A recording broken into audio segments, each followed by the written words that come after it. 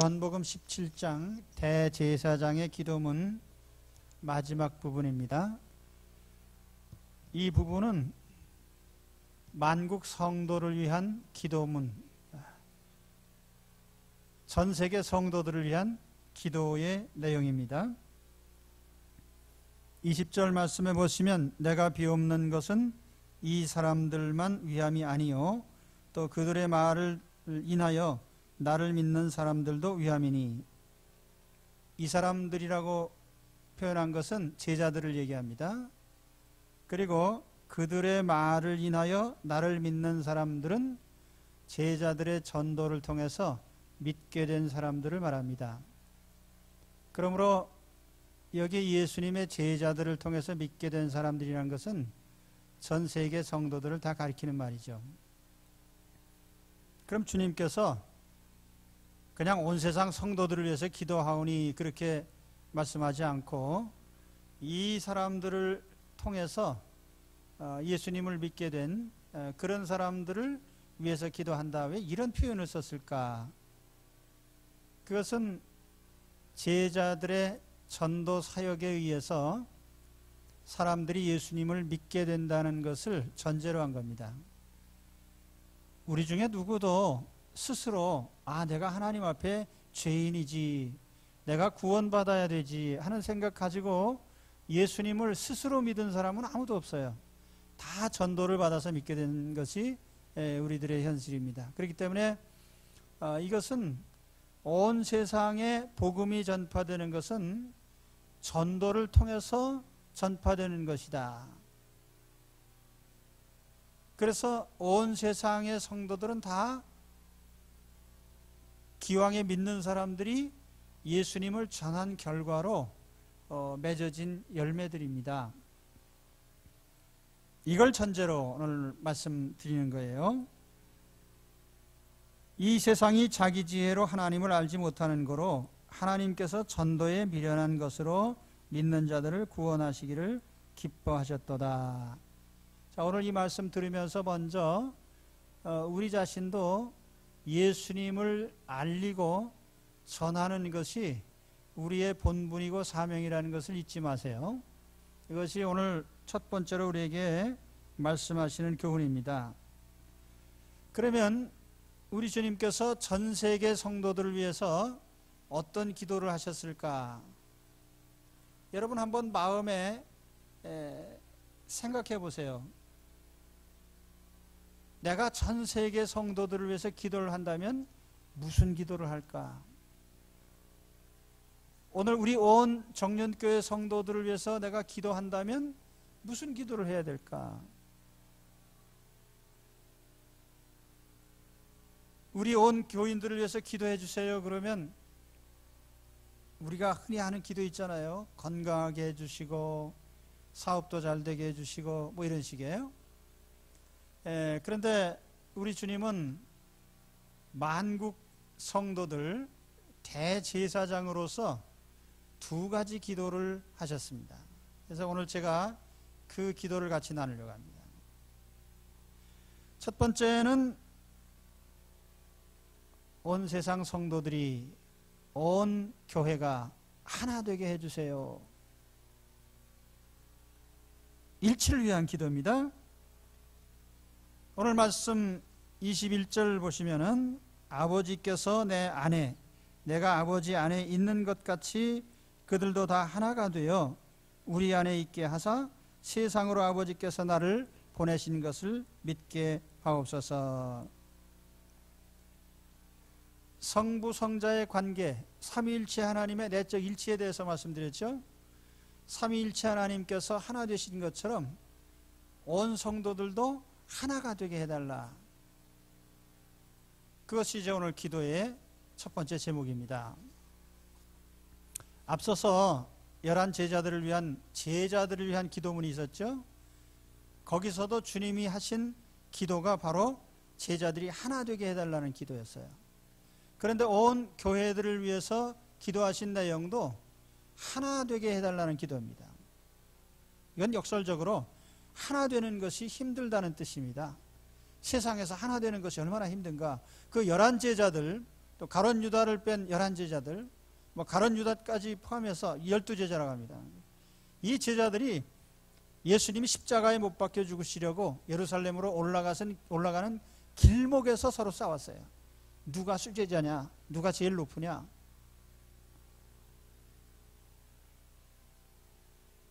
교회도 마찬가지죠. 교회가 세상 속에 있는 한 이 하나 되는 것이 매우 힘듭니다. 항상 교회가 대립과 갈등 속에 또 분열 속에 걸어온 것이 교회 역사예요.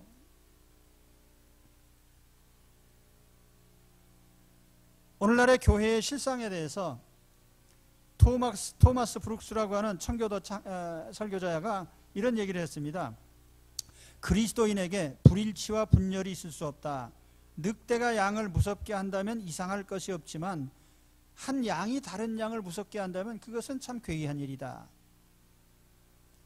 이렇게 표현한 것은 오늘날 교회 안에 성도들이 피차 간에 서로 두려운 존재가 되고 있다는 뜻이에요. 그만큼 많은 갈등과 대립이 일어나고 있습니다. 어떤 목사님이 저에게 그런 말씀을 해요. 나는 세상에서 제일 무서운 존재가 교인들입니다. 교인들이 제일 사랑스럽고 또 반갑고 그래야지 무서우면 어떡하겠어요. 예전에 우리 어른들이 그런 얘기해서 밤길 가는데 제일 무서운 게 사람 만나는 거다. 제가 어렸을 때 우리 어머니 행상을 하셨는데 밤중에 도둑놈을 만났어요, 길에서. 그래서 밤중에 쫓아가가지고 보따리 찾아온 적이 있는데 참 사람이 반갑고 기쁘고 위로가 되고 격려가 되는 존재가 아니라 두렵고 무서운 존재가 되는 것이 세상 현실입니다. 교회도 똑같습니다. 세상 속에 존재하는 교회들은 항상 갈등과 대립 속에 있기 때문에 우리 주님께서 이 기도를 항상 하시는 거예요. 지금도 하늘 보좌에서 이 기도를 하시는 겁니다. 하나님, 우리 정륜교회 온 성도들이 하나 되게 해주세요. 주님이 바라시는 일치란 것은 어떤 외형적인 것은 아닙니다. 우리가 교리적으로 일치하고 혹은 정치적으로 일치하고 뭐 대한예수교 장로의 총회 이름으로 일치하고 그것도 의미가 있겠지만은 그러나 여기는 보다 본질적인 일치를 말씀을 한 것입니다. 아버지와 내가 하나 된 것처럼 삼위 하나님께서 내면적으로 일치되시고 영적인 하나됨 같이 우리도 영적인 일치가 있어야 된다. 내면적 일치예요. 우리는 사실 한 하나님을 섬깁니다. 한 성령을 받았습니다. 한 구주가 계십니다. 우리가 똑같이 성령의 은사들을 받았습니다. 똑같이 교회의 머리 되신 예수님 아래 있습니다. 우리는 내면적으로 하나 될 수밖에 없는 조건 속에 있어요.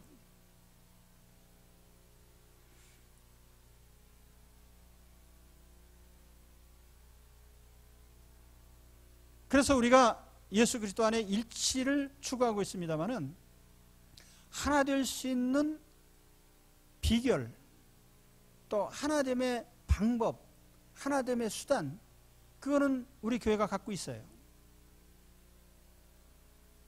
여러분, 오늘 혹시라도 대립과 갈등 속에 있지 않습니까? 설날 많은 분들이 고향을 방문하고 오랜만에 헤어졌던 형제들도 만나고 즐겁게 시간을 가집니다. 그러나 그 중에 또 오랜만에 만났는데 오랜만에 따지기 시작해가지고 형제들이 헤어질 때는 전부 앙앙불락하는 모습으로 헤어지는 경우도 많이 있습니다. 그래서 설날에 가족들이 만난다고 하면 다 이것이 기쁨이 되고 기대가 되고 그래야 되는데 스트레스가 된다 그래요. 이 설날 스트레스, 명절 스트레스, 왜 스트레스가 되죠? 사람들을 만나는 것이 갈등을 일으키기 때문에. 그런데 왜 우리가 하나 되지 못합니까? 하나 되는 방법이 없습니까? 하나 되는 방법이 있죠. 세상 사람들은 가지고 있지 않는 우리 그리스도인만이 가진 하나됨의 수단이 있습니다. 그게 뭔지 아세요? 십자가예요. 십자가예요. 자, 22절에 보시면은 내게 주신 영광을 내가 저희에게 주었사오니 이는 우리가 하나 된 것 같이 저희도 하나가 되게 하려 함이니이다. 예수님이 우리에게 하나가 되게 하려고 나의 영광을 제자들에게 주고 성도들에게 줬다고 했습니다. 그러면 주님이 주신 영광이라는 것은 구체적으로 뭘 지칭하는 것입니까? 그것은 바로 주님의 십자가를 말하는 것입니다.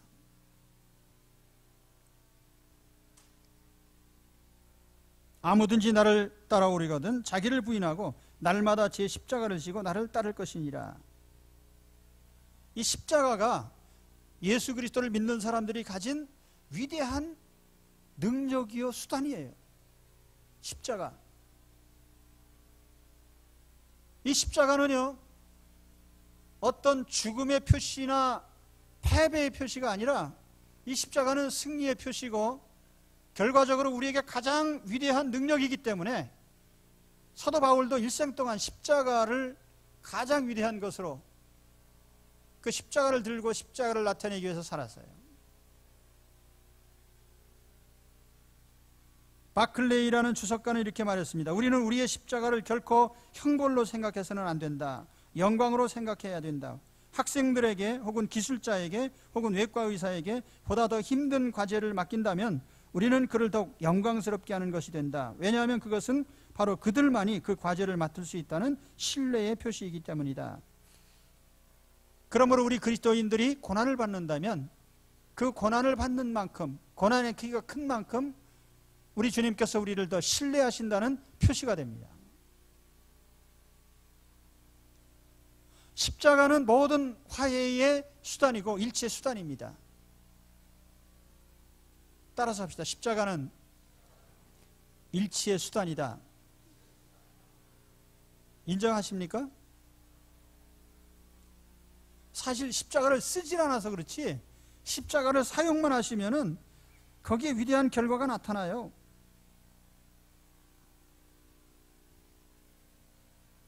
제가 오랜만에 가족들을 만나면 항상 제가 하는 얘기가 있습니다. 우리 성도들에게도 제가 늘 권해드리는 말씀이 있어요. 가족들이 하나 되는데 어떤 분들이 그래요. 예수 믿는 것 때문에 가족들이 경원시하고 싫어합니다. 정말 그럴까요? 예수 믿는 것 때문에 싫어하나요? 아니면 예수 믿는 것 때문에 책임을 회피하기 때문에 싫어하나요? 그걸 자세히 살펴보셔야 돼요. 형제들이 안 믿는 형제들이 있는데 내가 예수를 믿어요? 아, 우리 가족들이 모여서 이런저런 행사를 하는데 우리 회비를 분담합시다. 아, 그래요? 그러면 저는 2배를 내겠습니다.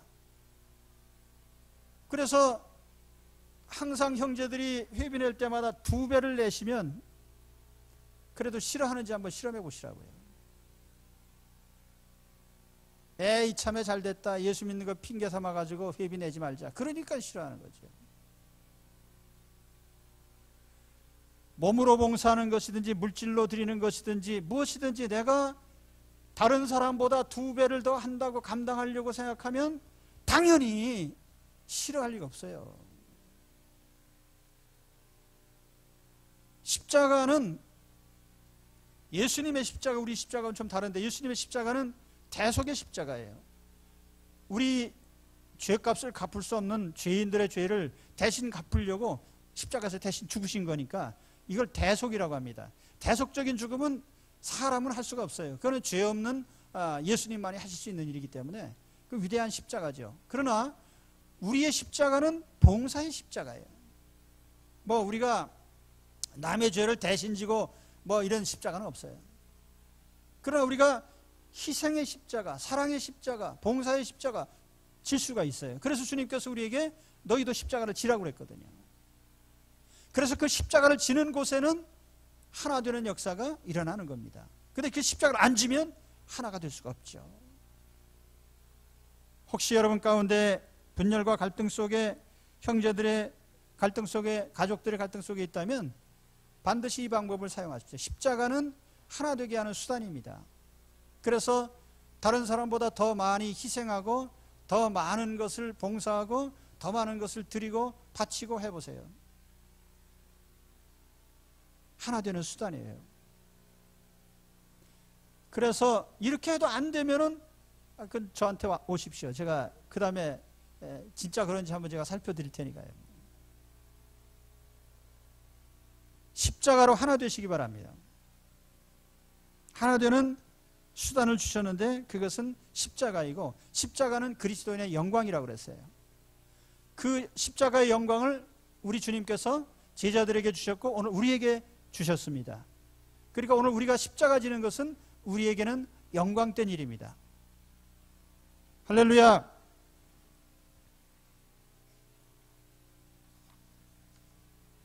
특히 교회에 대해서 우리가 생각해 보면은 교회의 유일한 머리는 오직 예수 그리스도십니다. 교회는 예수님에 의해, 예수님을 위해, 예수님 위에 세워진 것이 교회입니다. 예수님의 인격과 사역 위에 세워진 것이 교회예요. 그러므로 예수님의 십자가를 통해서 하나 되는 수단을 제공하셨다면 예수님의 인격은 교회가 하나 되는 모든 것의 모든 것이 예수 그리스도의 인격입니다.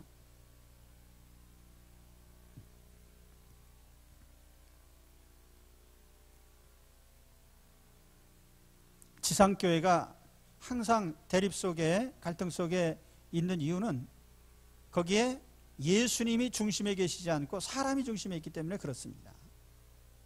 아주 중요한 이 문제입니다.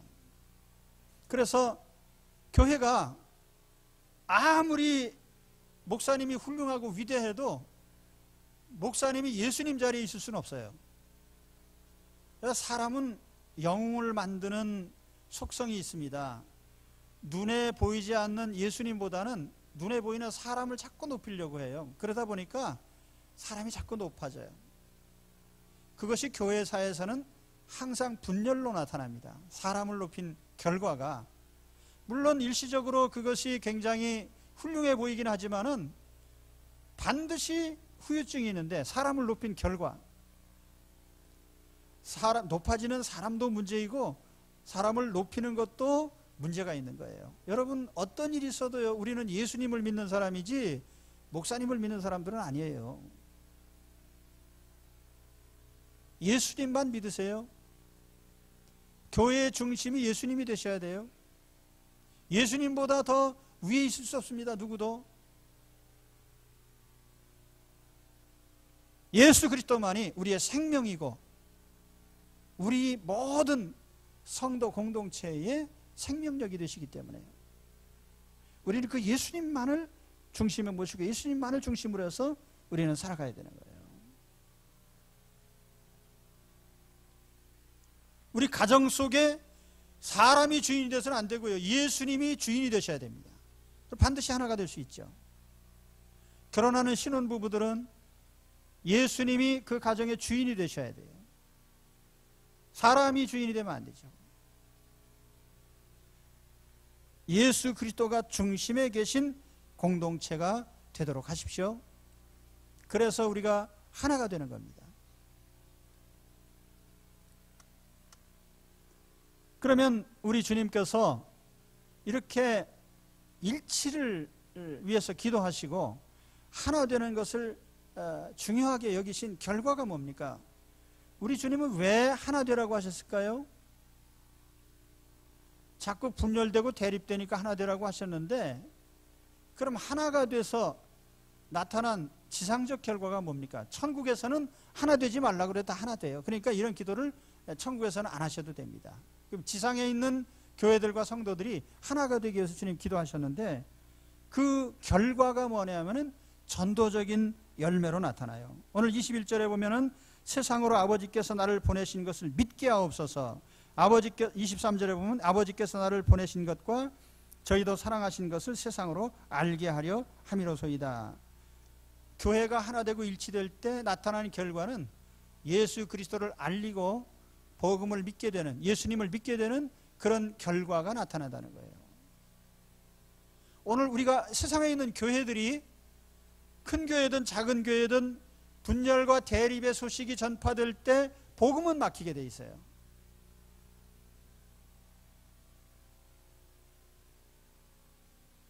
그런데 우리가 하나 되고 일치된 이 결과로 우리의 복음은 힘있게 전파가 되는 것입니다. 여러분, 신문에 교회에 대한 기사가 실리는데 신문에 교회 기사가 났다면 대부분은 안 좋은 내용입니다. 싸웠다든지 갈등이 있다든지 무슨 잘못을 했다든지. 그래서 그 결과가 뭐죠? 복음 전파가 자꾸 막히게 되는 거예요.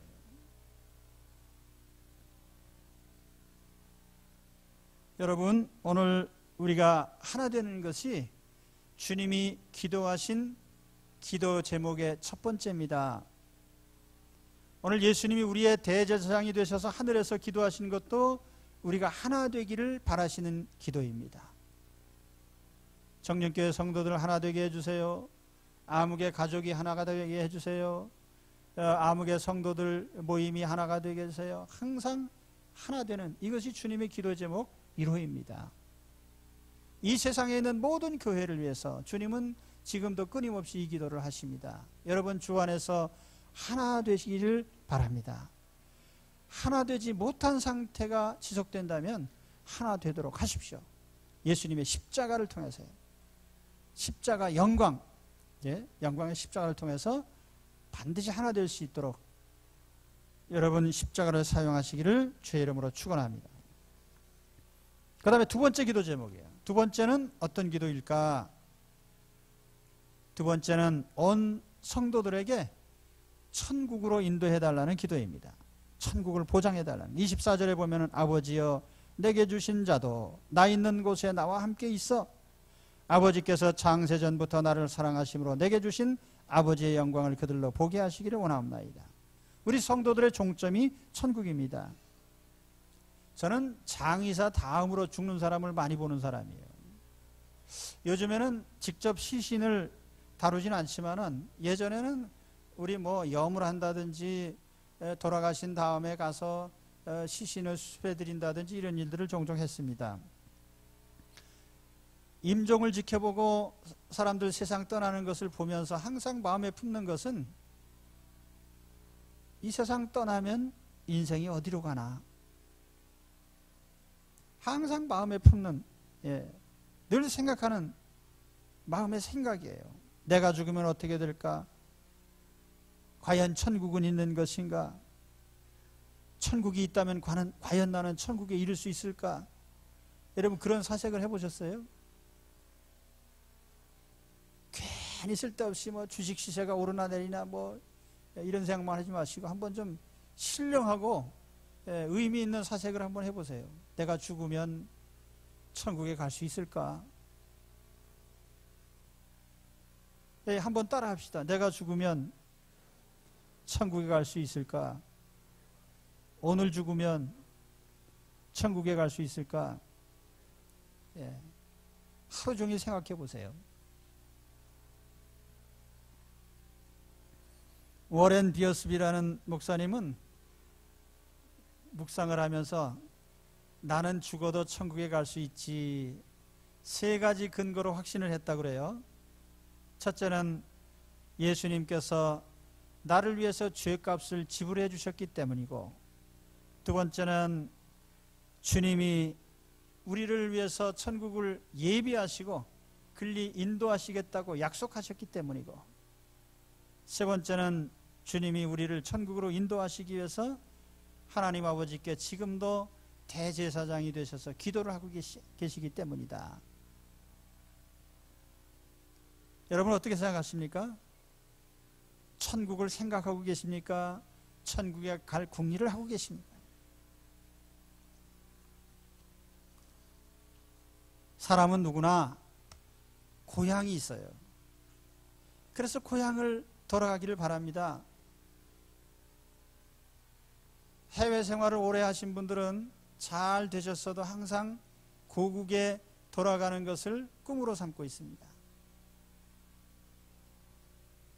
지금 지구상에 여러 종족과 국가들이 있는데 제일 불행한 사람들은 소속이 없는 사람들이에요. 난민들. 국적이 없어요. 그러다 보니까 어떤 국민으로서의 권리를 보장받지 못합니다. 생활 안전 보장이 되질 않습니다. 의식주가 보장이 안 됩니다. 뭐 지식인이든 비천한 사람이든 대접을 못 받아요.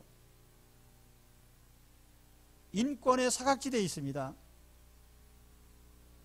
그런데 그런 난민보다 더 큰 난민이 뭐냐면 영적인 난민이에요. 고향 없는 영혼들,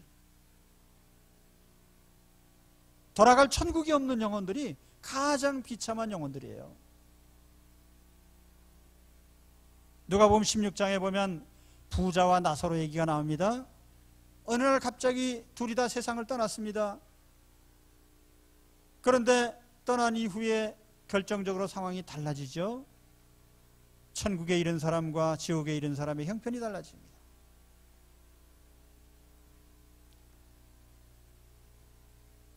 지옥이 있을까? 천국이 있을까? 그런데 만일 있을까 없을까 하고 생각한 것이 그냥 사색의 결과일 뿐이라면 참 별 문제가 없겠는데, 그것이 현실이라면 대단히 중요한 문제죠. 천국이 있을까, 지옥이 있을까 없을까만 가지고 생각하지 마시고, 만일 있다면 어떻게 하시겠어요? 성경은 하나님을 떠난 영혼들이 지옥에 던져지는 것을 명백히 증거합니다. 우리 주님이 말씀하신 교훈들 중에 보면은 지옥이라는 단어를 직접적으로 쓰신 것이 여러 군데 있습니다. 또 지옥은 마귀와 그 사자들을 위하여 예비된 영영한 불이라고 했습니다. 영벌의 처소입니다. 어두운 처소입니다. 유황 불붙는 못이라고 했습니다. 세세토록 밤낮 괴로움을 받는 곳입니다. 둘째 사망의 장소입니다. 거기는 구더기도 죽지 않고 불도 꺼지지 아니하느니라. 사람마다 불로써 소금치듯함을 받으리라. 육체와 영혼이 함께 형벌을 받는 곳입니다. 하나님이 명백하게 말씀을 하셨어요. 지옥. 여러분, 사람들은 누구나 본성적으로 지옥을 다 두려워해요. 그래서 우리가 예수 믿으라고 전도하다가 가끔 논쟁도 합니다. 아이, 지옥이 있나요? 어떤 사람들은 또 아주 용감하게 얘기를 해요. 지옥에 내가 1번 타자로 가겠다. 그런 말을 어떻게 함부로 합니까? 그래서 전도하다가 나중에 화나면 그럼 지옥에 가세요. 그러면 또 노발대발한답니다. 사실은 지옥이라고 하는 것이 어떤 처소인지는 확신치 않아도 죽은 영혼이 영원히 형벌받는 곳이라는 것은 사람들이 영적으로 뭔가 느낌을 가지고 있어요. 그러니까 사람들이 지옥에 가는 걸 두려워하고 죽는 걸 두려워하는 거예요.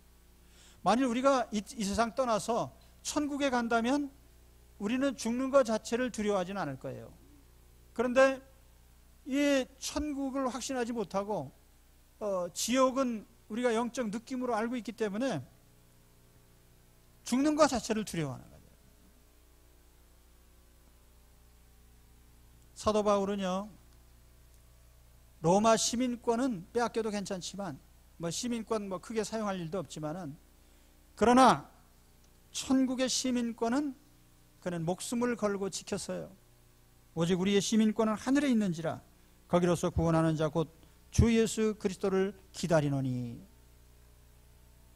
그가 우리의 낮은 몸을 자기의 영광의 몸의 형체와 같이 변하게 하시리라. 할렐루야. 천국 준비를 하시고 사셔야 됩니다.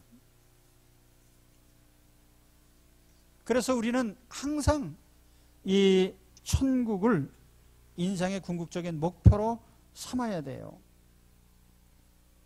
이 세상이 결코 우리의 목표가 아니에요. 오늘 천국 목표를 분명히 하시기 바랍니다.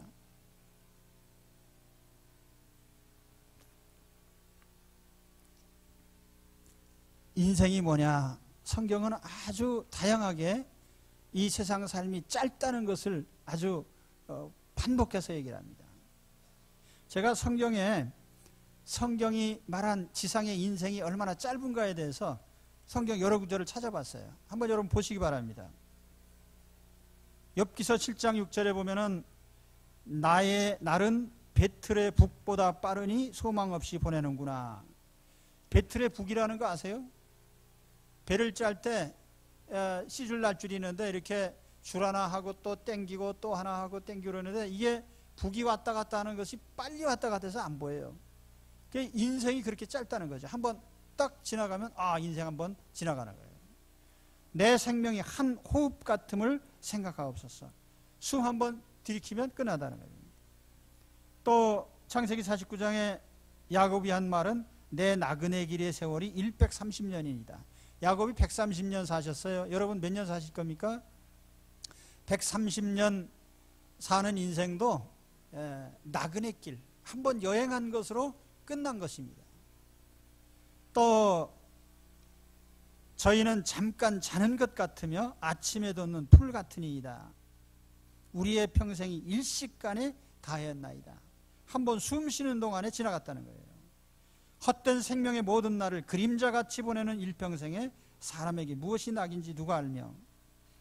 또 베드로전서 1장 24절에 모든 육체는 풀과 같고 그 모든 영광이 풀의 꽃과 같으니 너의 생명이 무엇이죠? 너희는 잠깐 보이다가 없어지는 안개니라. 안개, 꽃, 풀. 금년도 표어가 뭐죠? 너는 거기 앉아 있어라. 작년에는요, 기쁨으로 섬깁시다. 근데 여러분, 저는요, 한 해 표를 정하고 나면 1년이 가요, 그냥.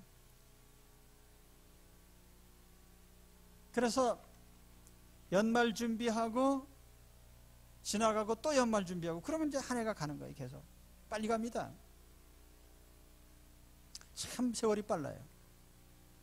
저는 아이들을 셋을 길렀는데 우리 아이들이 클 때 참 옹알이를 하고 걸음마를 하고 그러면 신기해가지고 녹음도 해놓고 뭐 이렇게 하고 했는데 손자들 크는 걸 보니까 그놈이 나가지고 며칠 있다 이렇게 보니까 뒤집는 거 하고요. 며칠 있다 또 보니까 걸어다니고 말도 한두 마디 하고 금방금방 달라져요. 참 인생이 빨리 갑니다. 그래서 우리가 이 유한하고 짧은 지상 삶에 너무나 많은 것을 걸지 말라는 거예요. 항상 우리는 천국을 목표로 살아야 됩니다. 그리고 우리가 언제 천국에 이를지 알 수 없잖아요. 연세 드신 분들은 더 그렇습니다. 주변에 있는 가까운 사람들이 하나둘 떠나기 시작하고 나중에 지나다 보면은 옆에 있는 사람보다 간 사람이 더 많아요. 그러니까 우리가 언제나 하나님 품 안에 갈 수 있어요. 그래서 천국을 대비하면서 사시길 바랍니다. 천국은요, 교리적으로 만든 장소가 아니고요. 성경이 우리에게 우리가 궁극적으로 갈 곳이라고 누누이 말씀하신 처소입니다. 예수님이 이 땅에 오신 이유도 우리를 하나님 품 안으로 인도하시기 위해서 오신 거예요. 2004년에 교회에서 조사를 했습니다. 예수 믿는 사람들이 당신 왜 예수 믿으시오? 하고 물어보면 많은 사람들이 천국에 이르기 위해서 예수 믿습니다. 그렇게 대답을 했어요. 근데 2012년에 조사를 해봤더니 2004년보다 100명 중에 15명 정도가 천국 가는 것보다는 땅에서 좀 잘 살고 웰빙도 하고 건강도 하고 위로도 받기 위해서 예수 믿습니다.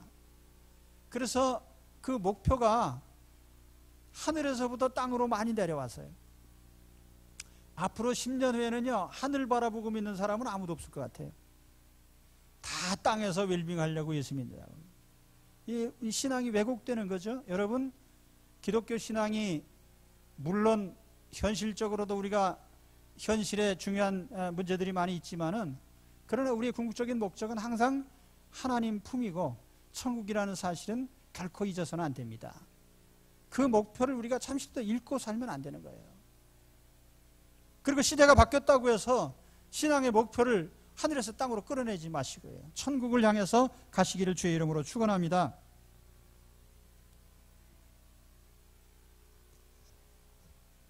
자, 오늘 우리 예수님께서 우리 세상에 있는 성도들을 위해서 두 가지 기도를 하셨다 그래서요.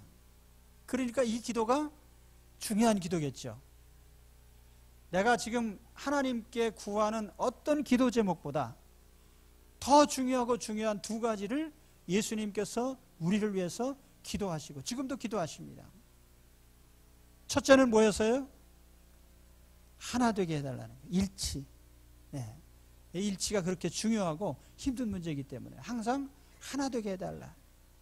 오늘 일치의 영을 받으시고 십자가를 통해서 하나 되는 문을 여시고 하나 되시기를 바랍니다. 또 한 가지는 오늘 말씀 말이에요. 천국을 우리에게 예비하시고 천국으로 인도해 달라는 기도를 하셨습니다. 천국을 보장해 주십시오. 오늘 우리도 우리의 최종적인 목표인 천국에 대해서 우리의 눈을 거기에 두고 그 목표물을 바라보고 천국을 항상 생각하고 그리워하면서 그렇게 사시기를 바랍니다.